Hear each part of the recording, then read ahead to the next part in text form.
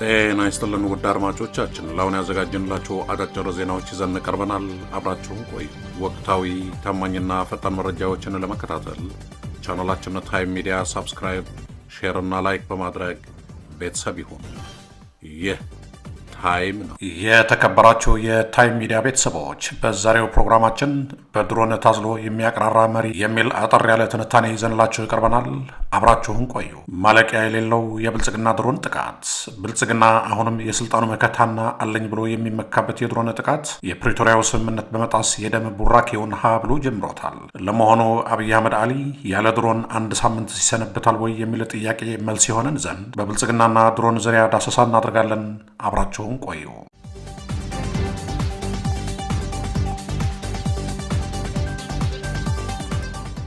ከዳመና በታች ያሉ ድምጾች ከትግራይ ተራሮች እስከ ኦሮሚያ ለም ሸለቆዎችና የአማራ ሜዳዎች የኢትዮጵያ ሰማይ የድሮን ጦር መሳሪያ ሲሳይ ሆነዋል። በአንድ ወቅት ለጸሎትና ለመለኮታዊ ኃይል ወደ ላይ ሲያንጋጡ የነበሩ አይኖች አሁን ድምፅ በሰሙ ቁጥር ደንብረው ወደ ላይ የሚመለከቱ አይኖች በሐዘን የሚያጎነብሱ አንገቶች ሆነው ቀርተዋል። አሁን በዚህ ሰማይ ስር ያሉ ሰዎች በተስፋ ወደ አምላካቸው ሳይሆን በፍርሃት ነው ወደ ላይ የሚመለከቱት። ሞት አቅራቢያቸው ሆኖ ብረት ለበስ በራሪ መልአከ ሞት የማይታይና የማይዳሰስ በሩቅ ረዣዥም እጆችና ውሳኔ እንደሚመራ ያውቃሉ።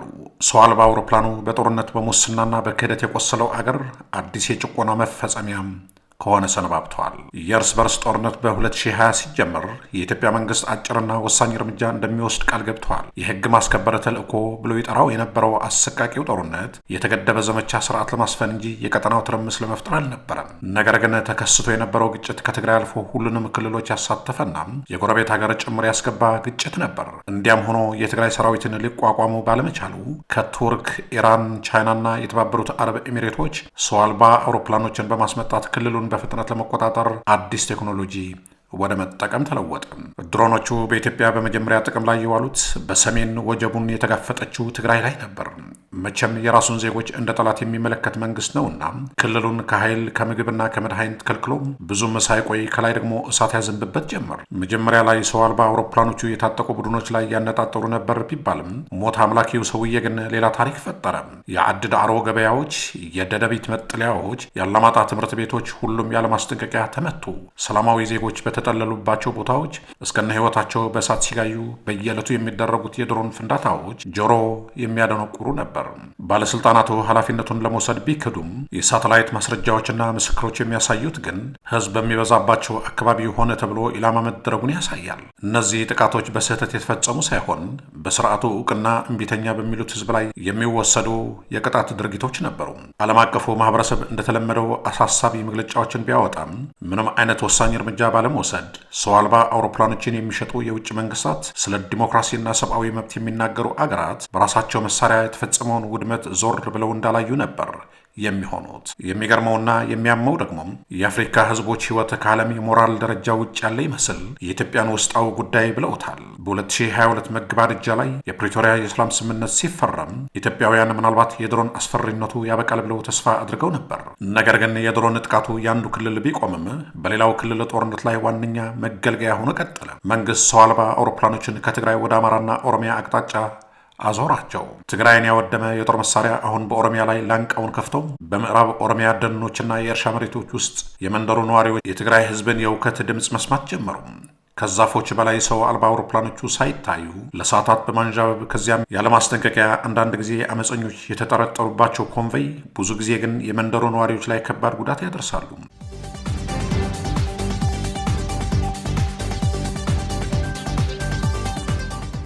በሆሮ ጉድሩ ሰው አልባ አውሮፕላን የፈጸመው ጥቃት በሰርግ ድግስ ላይ ወድቆ ለጦርነት ሳይሆን ለደስታ የተሰበሰቡ እንግዶችን ጨርሷል። በነቀምት ከተማ እኩለ ቀን ላይ በገበያ ላይ ቁምቡላውን ወርውሮ መሬቱ በተጨማለቀ አትክልትና በሰው አስክሬን ተሸፍነዋል። በጉጂ ከብቶቻቸውን ሲጠብቁ የነበሩ እረኞች ክፍት ሜዳ ላይ ተበትነው ተገኝተዋል።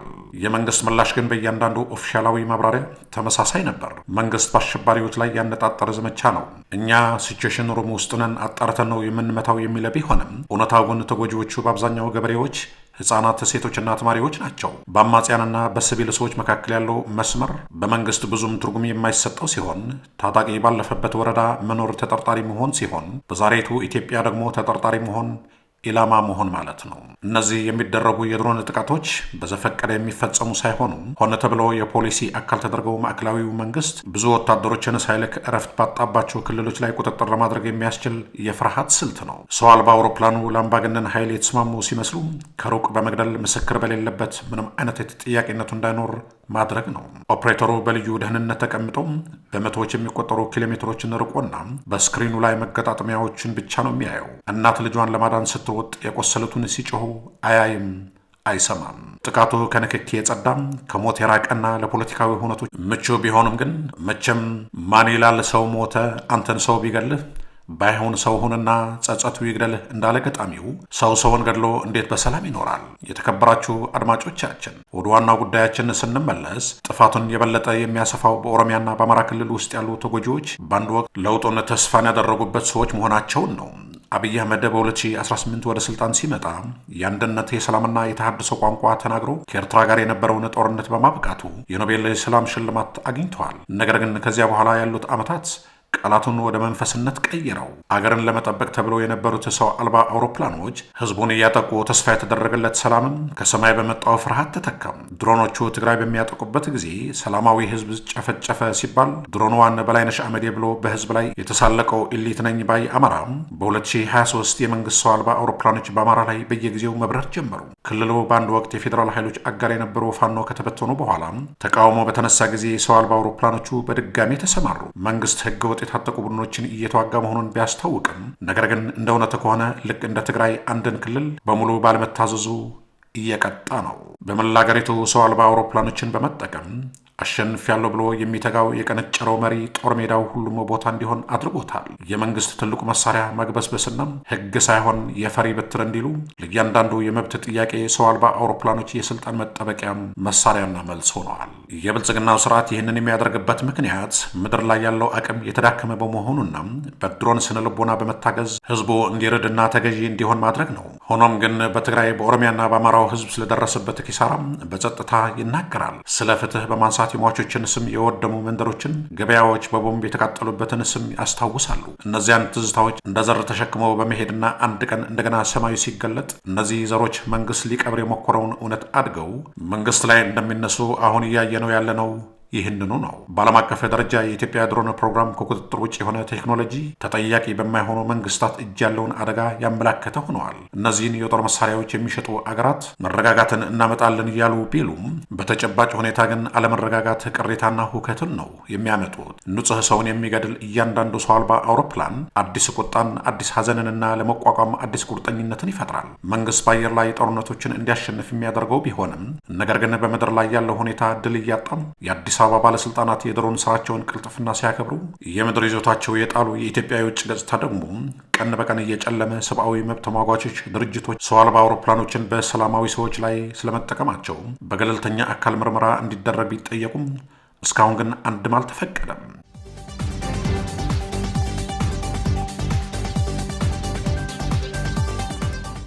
መንግስት ድርጊቱ ህጋዊና ሰብአዊ መብቶችን እንደሚያከብር አጥብቆ ቢናገርም ግልጽነትን ግን አይቀበልም። ሰው አልባ አውሮፕላኖች ላይ የደረሰው ጥቃት እንዲጣራም የውጭ አቅራቢዎች እንዲጋለጡ ዓለም አቀፉ ማህበረሰብ ከውጭ በሚገቡ ማሽኖች ህዝቡን የሚገድል መንግስት እንዲያቆም ይጠይቃሉ። ወደ ሰላም የሚወስደው መንገድ በሚሳኤል ሳይሆን በውይይት በፍትህና በእውነት ነው ብለው ይከራከራሉ። ኢትዮጵያ ዛሬ በመስቀለኛ መንገድ ላይ ቆማ ቴክኖሎጂ የሰው ልጅን የሚተካበትና መንግስት ከሰማይ በማስፈራራት መግዛቱን የሚቀጥልበት አንዱ መንገድ ወደ ተጨማሪ ጥፋት ያመራል። በትግራይ በኦሮሚያና በአማራ የተፈጸመውን ወንጀል አምኖ ተቀብሎ የተጎጂዎቹን ጩኸት በማዳመጥና ከቁጥጥር በላይ ለህይወት ዋጋ የምትሰጥ አገርን መገንባት ሲገባው መንግስት ህዝቡን በድሮኖች ጸጥ ማሰኘት ይችላል ብሎ ያምናል አብይ አህመድ አሊ። ነገር ግን ህሊናውን ማፈን ስለማይችል ሰማዩ የሀያሊያን ቢሆንም ምድር ግን የነጻነት ፈላጊዎች የህዝቦች ነች። እናም ሞትን በሚያዘንበው ሰማይ ስር ህዝብ በትዕግስት በትግልና በጽናት የሰው አልባ አውሮፕላኖች ድምፅ በሰላም ድምፅ የሚተካበትን ቀን ተስፋ በማድረግ ቀጥለዋል። የመጀመሪያዎቹ ሰው አልባ አውሮፕላኖች በኢትዮጵያ ሰማይ ላይ ሲታዩ በአገሪቱ ያለውን የጦርነትና የአስተዳደር ባህሪ ምን ያህል በፍጥነት እንደሚቀይሩ የተረዱት ጥቂት ሰዎች ነበሩ። ቴክኒካል ስኬቶች፣ የአገር መከላከያ አዲስ ዘመን ምልክቶችና መንግስት ሉዓላዊነቱን ለማስጠበቅ ዘመናዊ ቴክኖሎጂን የመቆጣጠር አቅም እንዳለው የሚያሳይ ማስረጃ ሊሆኑ ይችሉ ነበር። ነገር ግን ከዘመናዊነትና ከደህንነት ቋንቋ በስተጀርባ በጣም ጥቁር እውነታ ነበር።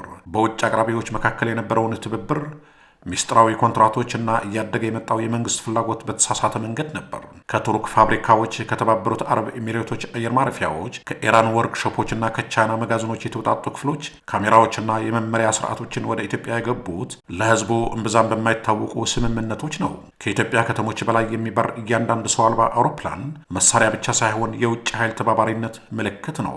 እነዚህን ቴክኖሎጂዎች የሚያቀርቡት ሀገራት መሳሪያን ብቻ የሚሸጡ ሳይሆን የፖለቲካ ይሁንታ፣ ዲፕሎማሲያዊ ዝምታንና አንድ ገዢ አካል ያለምንም መዘዝ እርምጃ እንዲወስድ መቻልን ይሸጣሉ። የቱርክ ባይራክታር ቲቢ2 ሰው አልባ አውሮፕላኖች ለመጀመሪያ ጊዜ በኢትዮጵያ ሲታዩ በመንግስት ሚዲያዎች አመፅንና ሽብርተኝነትን ማሸነፍ የሚችሉ ትክክለኛ መሳሪያዎች ተደርገው ይወደሱ ነበር። እነዚህ ሰው አልባ አውሮፕላኖች ጦርነትን የበለጠ ጽዱ፣ ፈጣንና የበለጠ ቁጥጥር እንደሚያደርጉ ለህዝቡ ቢነገርም በተግባር ግን የጋራ ቅጣት መሳሪያዎች ሲሆኑ ኢላማ የሚለው ፍቺ ከእውነታዎች ይልቅ በፖለቲካ ተወስነዋል። ኢራን ብዙም ሳይቆይ ሞሃጀር 6 ሰው አልባ አውሮፕላኖችን፣ ካሜራና ቦምቦችን በማቅረብ የቻይና ዊንግ ሉንግ ሞዴሎች ደግሞ ከዚያ በኋላ መጥተው የቅርብ ጊዜውን የክትትል ቴክኖሎጂ በማትሰጠው እያንዳንዱ አቅራቢ በአዲስ አበባ የፖለቲካ ተጽዕኖውን ለማጠናከር ይጥር ነበር። በምላሹም የኢትዮጵያ መንግስት ብዙ ወታደር ሳያሰማራም በህዝቡ ላይ የፕሮጀክት ስልጣኑን ማሳደግ እንዲችል የዚህ የሰው ዋጋ የማይታይ ሆኖ ከስታስቲክስ በታች ተደብቆ ጸረ ሽብርተኝነትን የሚል ምቹ ሰበብ ተሰጠ። በኦሮሚያ ገጠራማ ማዕዘናት ገበሬዎች ከአውድማው በፊት የድሮንን ድምፅ እንዴት መለየት እንደተማሩ ይናገራሉ። በሩቅ ቀስ ብሎ የሚመጣ ዝቅተኛና ቋሚ ንዝረት ሲሆን ድምፁ ሲመጣ ትልልቅ ይሸበራሉ። ልጆች ከዛፍ ስር ይደበቃሉ። ሽማግሌዎችም ጸሎቶችን ያሰማሉ። በሰው አልባ አውሮፕላኑን የሚቆጣጠረው ማን እንደሆነ ወይም የት እንደሚመታ የሚወስን አያውቁም። እነሱ የሚያውቁት ድምፁ ሲጠፋ አንድ ሰው እንደሚጠፋ፣ ቤት እንደሚነድና አንድ አካል በሜዳ ላይ እንደሚወድም ነው። በአማራ መንደርም ተመሳሳይ ታሪኮች ናቸው ያሉት። በአንድ ወቅት ሰላም በነበረችው ደብረ ኤልያስ ከተማም እንደ አውሮፓውያን አቆጣጠር በ2024 መጀመሪያ ላይ በሰው አልባ አውሮፕላኖች በደረሰበት ጥቃት አንድ ሰፈር እንዴት እንደወደመ ነዋሪዎች ያስታውሳሉ። በኋላ ላይ መንግስት በታጣቂ ክፍል ላይ ኢላማ አድርጌያለሁ ቢልም ምንም አይነት መሳሪያ ያልተገኘ ቢሆንም ለሟች ቤተሰቦች ግን ምንም ማብራሪያ አልተሰጠም። ህብረተሰቡ የቀብር ስነ ስርዓት ለማድረግ ሲሞክር የጸጥታ ኃይሎች መጥተው ጋዜጠኞቹን እንዳያናግሩ አስጠንቅቀው ነበር። መንግስት ከላይ ሆኖ ለመቅጣት ቢሊዮን ዶላሮችን አፍስሶ በሚያካሂደው የድሮን ፕሮግራም የሀገሪቱን ብርቅዬ ሀብት አሟጦታል። ሆስፒታሎች መድኃኒት አጥተው፣ ትምህርት ቤቶች ተስተጓጉለው የድሮን መለዋወጫ ዕቃዎችን ከውጭ ለማስገባት ኦፕሬተሮችን ለማሰልጠንና ቤዝ ለመጠገን በሚሊዮን ዶላር የሚቆጠር ገንዘብ ወጪ ያደርጋል። በእነዚህ ግብይቶች ዙሪያ ያለው ሚስጥራዊነት በሙስና ላይ ከባድ ጥያቄዎችን ያስነሳል። ከእነዚህ ገዢዎች የሚጠቀመው ማን ነው? ኮሚሽኑን የሚቀበለው ማን ነው? ከመከላከያ ሚኒስቴር ባለስልጣናትና ከስልጣን ጋር ቅርበት ያላቸው ነጋዴዎች ጋር የተገናኙ ኩባንያዎችን ማስረጃዎች ይወጣሉ። እያንዳንዱ ሰው አልባ ጥቃት የጥቃት ድርጊት ብቻ ሳይሆን ግብይትም ሲሆን በደምና በፍርሃት የተገነባ የገንዘብ ልውውጥ ነው። በኢትዮጵያ የረዥም ጊዜ ታሪክ ውስጥ ብዙ ጦርነቶች የነበሩ ሲሆን ነገር ግን ጦርነቱ ይህን ያህል አውዳሚ ሆኖ አያውቅም ነበር። የድሮኑ ጦርነት እጅግ ከባድ አካላዊና ስነ ልቦናዊ ጥቃት ቢያደርስም እያንዳንዱ የጨለማ ዘመን በውስጡ የንቃት ዘርን ተሸክሞ የሞት ሞተሮችን በአየር ላይ እየተንቀጠቀጡ በመላ ሀገሪቱ አመፅ እየጨመረ መጥተዋል። የብልጽግናው መንግስት ቴክኖሎጂና ውሸት ለዘላለም እውነትን ማፈን እንደማይችል ሊረዳው ይገባል። እናም ከጊዜ በኋላ ሰው አልባ አውሮፕላኖች ዝም የሚሉበት፣ ከኢትዮጵያ በላይ ያለው ሰማይ እንደገና ጠርቶ ገዳዩ ስርዓት ተወግዶ ህዝቡ ያለ ፍርሃት የሚሰበሰብበት ቀን ሩቅ አይሆንም። ያ ቀን በእርግጠኝነት በቅርቡ ይመጣል። እስከዚያው በጽናት ከመታገል ውጭ አማራጭ የላቸውም። ኢትዮጵያውያን እየተከበራችሁ ውድ አድማጮቻችን ለአሁን ያዘጋጀንላችሁ አጠር ያለ ትንታኔ ይህን ይመስል ነበር። በቀጣይ እስከምንገናኝ ሰላም በያላችሁበት። ታማኝ ወቅታዊና ፈጣን መረጃዎችን ለመከታተል ቻናላችን ታይም ሚዲያ ሳብስክራይብ፣ ሼር እና ላይክ በማድረግ ቤተሰብ ይሁኑ። ይህ ታይም ሚዲያ ነው።